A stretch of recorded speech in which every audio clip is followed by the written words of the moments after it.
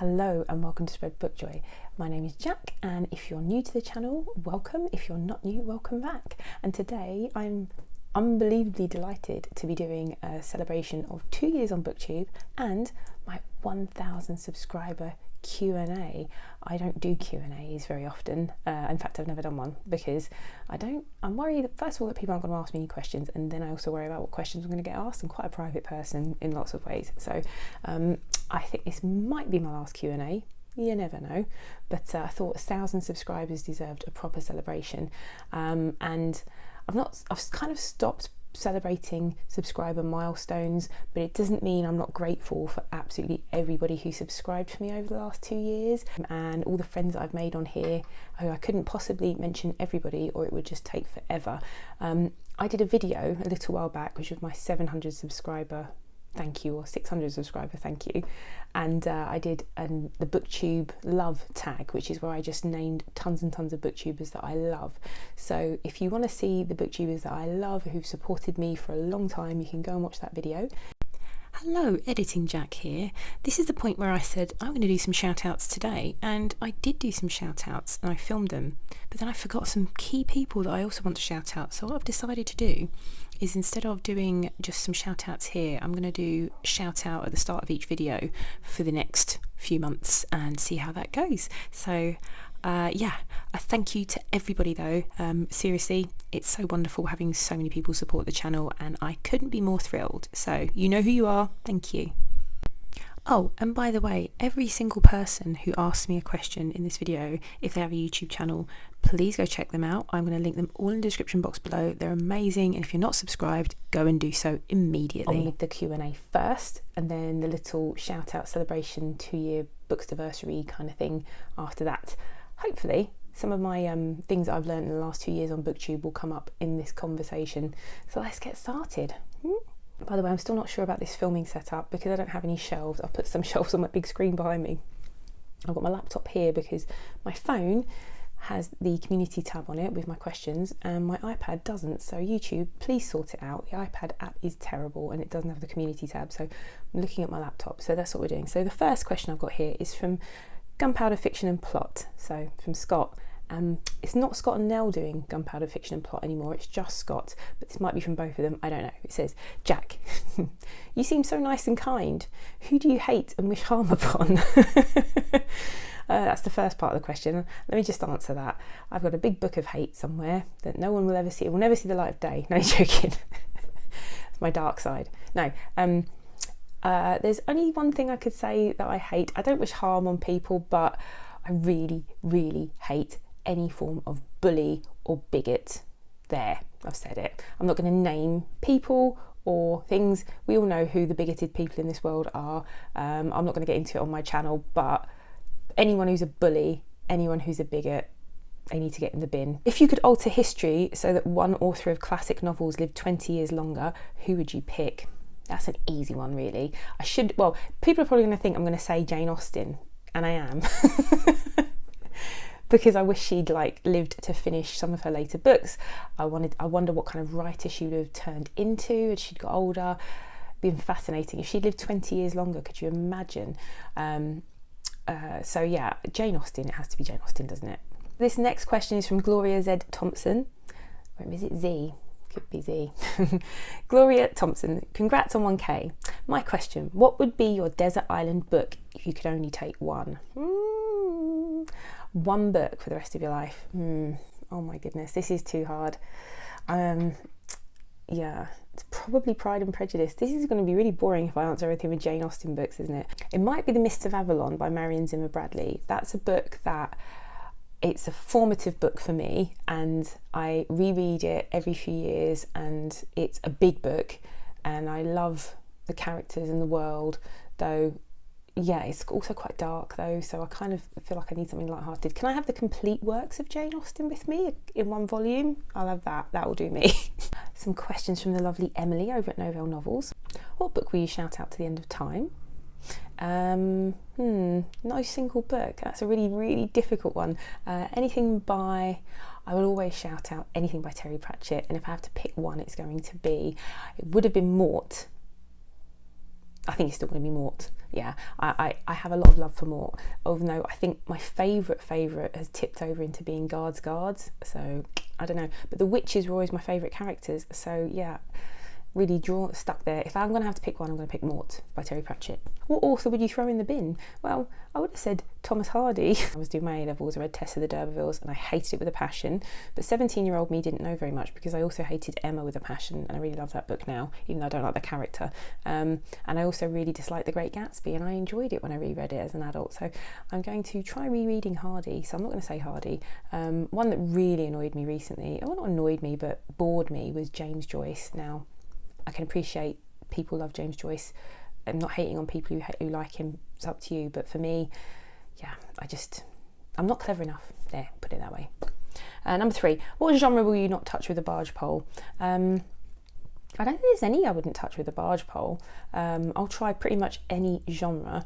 I don't particularly like steamy romance, but I'm not averse to romance with a bit of steaminess in it, but I don't really like, the like erotica, smutty kind of books. They make me cringe a little bit, especially if they have like a half naked person on the cover. I get really cringy. Here are some amazing questions from Alice over at Alice and the Giant Bookshelf. Question 1, who do you prefer, Sookie Stackhouse or Buffy Summers, and why? That is a really hard question, but that is a really hard question, because I was automatically going to say I prefer Buffy. Buffy is like one of my favourite characters of all time, and it's my favourite TV show of all time, hands down. But Buffy, in comparison to Sookie, they're really interesting. Maybe we should do a video on that, Alice. Let's talk about, maybe we'll do like someone's in Buffy's corner, someone's in Sookie's corner. I'm going to go with my gut feeling and say Buffy, and I'm going to say because she is like, she embodies female empowerment, and she's just a badass, isn't she? And I love her. I love Buffy. Number 2, I've read the Iliad and the Odyssey, but if I was only going to read one more ancient classic, which one would you recommend? I'd recommend the Aeneid by Virgil. The Aeneid is the tale of Aeneas, who basically it's his tale of founding Rome, basically his journey after the Trojan War, and it's a Roman poet, Virgil. It's not Greek, but yeah, that's what I'd recommend for you. Number 3, Snog, Marry, Avoid, Jane Austen's Big 6 edition. You can keep 2 of the Big 6 forever and read them as many times as you want, but you must doom 2 to the bin or donate them to save paper and never read them again. And 2 of them you can only read once more and then never again. Oh, which of the 6 will you read, keep, avoid? Oh my goodness. Avoid is going to have to be easy. I'm going to have to put in the bin Mansfield Park. It's not a bad book, just didn't really like it. It didn't vibe with me. I don't like Fanny Price. Icky, her and Edmund, I just don't like them. Is it Edmund? Oh, I forget his name. And I think it's going to have to be Sense and Sensibility, even though I do love it. If it'll have to be Sense and Sensibility. And the ones that I will keep, like marry, will be Pride and Prejudice. And this is a tricky one between Persuasion and Emma. Maybe Northanger Abbey if I do a reread of it. I'm going to keep Emma and Pride and Prejudice, and I'm going to read once more and assign them to the, never read them again, Persuasion and Northanger Abbey, though I feel like I'm going to regret that. But Emma's a lot longer, and Emma's funny, and every time I've reread Emma, I've loved it even more. So yeah, and I'll always love Pride and Prejudice. So there, keep Pride and Prejudice and Emma. So that's the marry. The snog will be Northanger Abbey and Persuasion, and I'll bin Sense and Sensibility. And Mansfield Park, not bothered about that. Okay, MJ over at Reading This Life is desperate to know, if I get to spend 24 hours living in any book setting, which book will it be? Oh gosh, it's either going to be Middle-earth or Hogwarts. I'm going to have to say Hogwarts. If you could take a trip to the International Space Station, this is Bandana Book Mum, by the way, she's wonderful. If you could take a trip to the International Space Station, which 3 books would you take to read while floating in the air? Could it be, it'll have to be themed, wouldn't it? So it's like a themed read. I'm going to take, while floating in the air, Hitchhiker's Guide to the Galaxy, because it's in space. I'm going to take spacey themed things, basically. Becky Chambers. I'll take the second book because I haven't read it yet, and I've read the first book and I know the series is going to be fabulous, so I'd take the second Becky Chambers book. And I feel like I should take some sort of David Bowie biography. I've got the illustrated David Bowie biography that my brother bought for me, and I feel like I'd be thinking of like Space Oddity while I was floating on the International Space Station, so something like that, I think. Yes. Okay, so the next one's from someone who isn't a booktuber, and I'm not quite sure how to pronounce the name, so I'm going to put you up on the screen, but thank you for your lovely question. And it says, what 2 children's picture books can you read today and feel jolted back to that time period with all the feels? Oh, I'm assuming we're talking picture books from my childhood.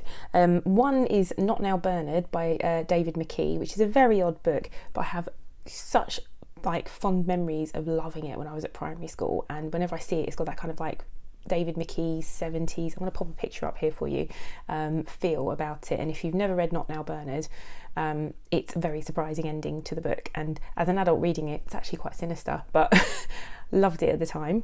The other one is pretty much anything by Shirley Hughes. Now, I never really read Shirley Hughes as a child, but I loved reading Shirley Hughes books to the children at school, and I love her artwork. And the late great Shirley Hughes, she only passed away last year, and Dogger, it's a great book, and it's all about a boy called Davy and he loses his dog, and I just love her illustrations. I just love the story because it brings me back to a time when my cuddly toys were everything to me. So yeah, it's a very special book, and if you've never read it, I'd urge you to go read it. It's just wonderful, absolutely wonderful. He loses his favourite toy, and yeah, it all comes out all right in the end, but yeah, Dogger is a great book. Next question is from the amazing Lady Jane Books. So she has asked me to please tell us the story of how you began your Booktube channel. So I think I've told it a few times, but I'll just like a brief synopsis. I was shielding during the pandemic with my partner, and I couldn't go out to work, so I stopped teaching, and I needed a creative outlet, and I decided that I'm watching lots of Booktube, and I didn't think I could necessarily run a Booktube channel, but I had just recently finished my master's dissertation research as well, which is all around teachers and teachers' reading identities, and I interviewed people about their journeys becoming a reader and their knowledge of children's books, because it's really important if you're teaching children to read that you can recommend great books for children. Unfortunately, not everybody has the time or the inclination or whatever to go and read these books in their own time, which is kind of what you're expected to do, which is really nuts, isn't it? Because it should be built into teachers' professional development time. So I thought, well, I'm one of the people who does do that, so why don't I share my reading, the things that I'm reading, like middle grade books and things that I read to keep up. Like, I did it as a professional duty for many, many years, because English and reading are my passionate subjects, and I love children's books. So yeah, I decided to start it because of that. And when I started the channel, I didn't feature my face. I didn't want to have my face on YouTube. I didn't want to be out there publicly. I decided to start a YouTube channel and then an Instagram, and I didn't put anything about me on YouTube for a long, long time. It was just, if you see my original videos, I posted one on my community posts the other day, and I'll put a link in the description box. I did so much for those videos. I gave an entire in-depth analysis and breakdown of particular children's books which I've used for teaching successfully over the past 10, 15, 20 years, and I would give free lesson plans and ideas for teaching and like a synopsis, because a lot of the time a teacher will be get a book for the children and they have to read it themselves first, and it might not be the appropriate book, so I'd give an entire breakdown of the book. I would do some artwork. I used to film myself doing artwork from the top down. I wouldn't put myself on camera at all. So yeah, I was doing that for a while. I was getting not many views. I started like interacting with other smaller booktubers and I was like really into their conversations about their books. So I was like, you know what? I just want to talk about my books as well, my reading. And it kind of started really working for me from there, because I started getting more subscribers. I started being part of the community. I started making friends. And ever since I put my face on YouTube, which I was really scared to do in the beginning, like the channel's kind of taken off. So yeah, that's kind of the story of it. And I will always continue to promote children's books, middle grade and picture books, mainly some YA on here, because that was the mission of the channel. And the way I see it is, like, when I did it, put my first video out there, I was like, no, it might be that no one ever watches this. And my thought was, well, if I can get one person to recommend a book to a child that gets that child reading and starts them on a journey of reading, then all the videos and all the filming will be worth it. And also, I really enjoy Booktube now. Like, I really enjoy the process of making videos, taking part in community events, and yeah, I just love it. It's just one of the best things I've ever done, really, hands down. One of my long-term subscribers, Suze, she has asked, what led you to become a teacher? Is it something you always felt led to do, or was there a person or event that changed your mind? It's not something I always felt led to do. I finished my degree in archaeology, and then I didn't know quite what to do with myself, but I did know that I loved learning. The reason I became a primary school teacher was because, I wanted to become a teacher in classics because I did a classical archaeology degree, so teaching Latin and ancient Greek and things like that. There are only a few universities that do a PGCE, which is the teacher training program in classics. One of them was my university. I went to King's College in London, and there were only two others, I think Cambridge and Edinburgh, that do these classics PGCE. So I applied to do the classics PGCE, and I just didn't have enough Latin. My Latin at the time was GCSE level, and you really needed at least A level Latin to do the PGCE in classics. So I think it's a very niche subject now. I don't even think there are any PGCs in classics now. So I thought that was it for me. I thought, that's it. That's my teaching journey over. And then a friend of mine was training to be a primary school teacher, and she said, have you thought about being a primary school teacher? And I was like, no, I hadn't. It didn't even occur to me that I could do that.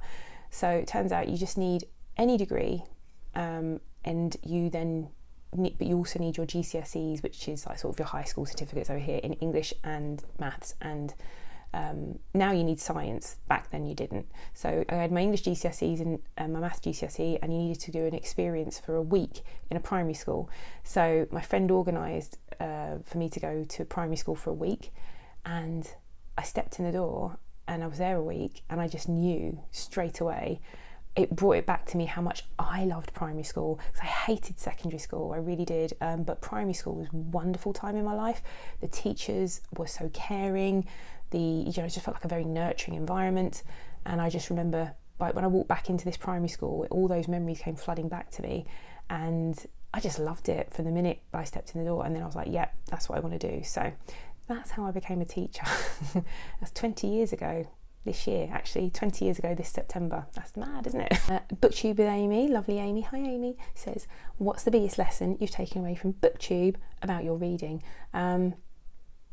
That reading should be fun. Booktube, when you start it, if you don't run a Booktube channel and you're thinking of starting one, there was a really good video by Kim from Middle of the Book March about her irritations with some messages that people seem to be, or some pressures people pile on themselves when they become booktubers, and I have to agree with her. The biggest lesson I've taken away it's this year really, in my second year of Booktube, that I've realised that the numbers and the amount of books and the pressure that before Booktube, I used to do a Goodreads goal. But I wasn't really sharing it with anybody, and then I did Booktube and I was sharing it, and it just became this pressure, and you're putting pressure on yourself. Reading should be fun, quality over quantity every time, and yeah, if you're not enjoying something, just DNF it, just don't finish it. Life's too short. But yeah, don't worry about numbers and the amount you're reading. It's quality over quantity. It's hugely important. And the other thing I've discovered as well is that I really do need to follow my mood if I want to finish a series. So I've been doing lots of series reading this year, month by month, and did the Anne along to start the year off, which was Emily. Did the Sookie Stackhouse read along with Amy and Ange, and their Tudor along. So each of these read-alongs are like reading a book a month from a series, and what I've discovered is that if I'm into a series, I just want to read the entire series, and if I don't get to read it immediately after the next book, I kind of don't want to read it after a while. I've discovered that. So yeah, that's something I've discovered about my reading. Like if I'm reading a series, I need to binge the entire series. And the other question she said, has Booktube changed any other area of your life for better or worse? It has changed a lot of my life. So it's changed my hobbies, because I used to do lots and lots of artwork and crochet and all sorts of things like that. I just don't anymore, because when I've got spare time, I'm either reading or doing Booktube videos, and I find that really quite sad. So I want to try and get back to those sort of crafty habits and crafty things because I miss them. And in terms of changing it for the better, I have made so many friends. I know everyone thinks this is what everyone says on Booktube, like the community. And I used to hear that and I go, oh, I don't know what that means really. But actually, I have made some really great friends. I met some of them in real life this year. I've been taking part in the most amazing buddy reads and read-alongs. If you've never done a buddy read before and you're a viewer, if you ever want to join in any of our group reads and things that we're doing, I'd urge you to do it. It's just such fun. People are really, I used to be afraid to talk to people about my reading because I thought, oh, I won't seem like I'm that clever or intelligent about books. But actually, people just want to chat books and they're so nice and they're so kind. And if you don't get something or you think, oh, I don't understand this book, I don't know if I like it, their insights are amazing. So, and they never make you feel like stupid or anything like that. People are always so kind. So yeah, that's been the best thing about this, the friends I've made and the community I've discovered. And yeah, that's why I'll carry on doing Booktube. As long as it's still fun for me, I will carry on doing Booktube. And even if I don't carry on with my Booktube channel, which I don't see happening because I love it, I would always still stay in touch with friends and watch their channels and take part in their events because it's just been brilliant. Jess, Bookgirl TV, has asked, what author inspired you to get into reading and what's your favourite book of, it says old time, I think it means all time. So the author that inspired me to get into reading really was Enid Blyton. So I've said this before, Enid Blyton, yeah, I think most English or British children, girls particularly of my age, Enid Blyton's Faraway Tree series, The Magic Faraway Tree, and then Famous Five, and then Mallory Towers. Loved those books, loved them. Then what's your favourite book of all time? I don't like to name a favourite book of all time. I've got favourites and lots of them are on this cup. So this cup was hand painted for me. I won it on Instagram. So there's a really great Etsy artist called Kate at Bagsy Me First is her shop. But look, these are some of my favourite books. So just turn it around here. There's Mort, there's Harry, there's Prince Caspian, Mallory Towers, Game of Thrones, The Blade Itself, that's Joe Abercrombie, Famous Five, Shogun, love that book, Weird Sisters, lots of Pratchett on here, Guards Guard, Hitchhiker's Guide to the Galaxy, Lord of the Rings, and I Claudius by Robert Graves. So these are some of my favourite books of all time. I don't know if I could pick a single favourite book, it's just too hard. Last question, my novel idea. Who is your favourite teacher? What made them special? And then what's the strangest thing in your refrigerator and why is it there? Well, the first question, who was my favourite teacher? Her name was Mrs. Bolton and she was the final teacher in my primary school years. So they call it year 6 now, but back then it was 4th year primary. And she was marvellous. I just remember absolutely loving her. She was so friendly and so nurturing and she was just wonderful and she made you feel really special. And the most amazing thing is when I became a teacher, she was still teaching at my old school and I worked in the same borough. We used to see each other at meetings and things like that, and I'd see her across the room and go, oh my gosh, it's Miss Bolton, and she won't ever recognise me. So I thought, you know, I'm going to go over and see her and say, oh, hi, and she won't recognise me. And I said, this is like, I hadn't seen the woman in, you know, I don't know, 25 years. So I went over to her and I was like, you might not recognise me, but I just wanted to say you were my favourite teacher of all time. And she's like, Jackie, because that's what he used to call me. And I was like, absolutely, I got a bit emotional. Right, she remembered me and she remembered so much about me, and she retired about 3 years ago and I went to her retirement do and it was just, yeah, so emotional and lovely. And then what's the strangest thing in your refrigerator? Why is it there? Strangest things, probably like one of those headache masks, you know, that you keep cool and you put it on and you look like Batman. That's probably the strangest thing, because I get headaches sometimes. All that reading, you see. So I can't believe I forgot this question because I absolutely loved it. This is the last question and it's from lovely Kristen from Enter the Book. If you could be in charge of a grand Booktube convention, where would you host it, or what would you include in it? I definitely know where I'd host it. I would host it at the British Library here in London, in Euston. It's got a huge, amazing space. in the foyer. It's just absolutely wonderful. I've been to a few exhibitions there, and then they have bands and people playing there, so I'd do that. I'd host it there. And what would I include in it? There'd definitely have to be some form of nerdy book quiz, and people would set up teams. There'd be some form of absolute like book scavenger hunt or nonsense going on. That would be hilarious. I think lots and lots of fun. So yes, that's what I would do. That's where I'd host it, and I'd be doing something nerdy like book scavenger hunt, book quiz, blah, blah, blah, that kind of thing. So it would be amazing though, I think. Could you imagine if we all got together and had a Booktubers convention? I mean, to be fair, I'm saying we'll host it here in London, but wouldn't it be amazing to go to some other massive bookish landmark somewhere around the world, and just a different one every year, and do a Booktube convention? I would absolutely love that. It would be amazing. And thank you to all the subscribers who watch, who comment, who participate in anything that I'm doing or want to interact with me. You have no idea how happy I am that I didn't actually believe the first 6 months of doing this channel. I honestly thought, what am I doing, because I'm shouting out and no one's watching. And then it just started to grow, and here I am with over 1,000 subscribers, and 2 years later, and I couldn't be happier. So from the bottom of my heart, thank you all so much, and hopefully I will see you all again here soon. Bye.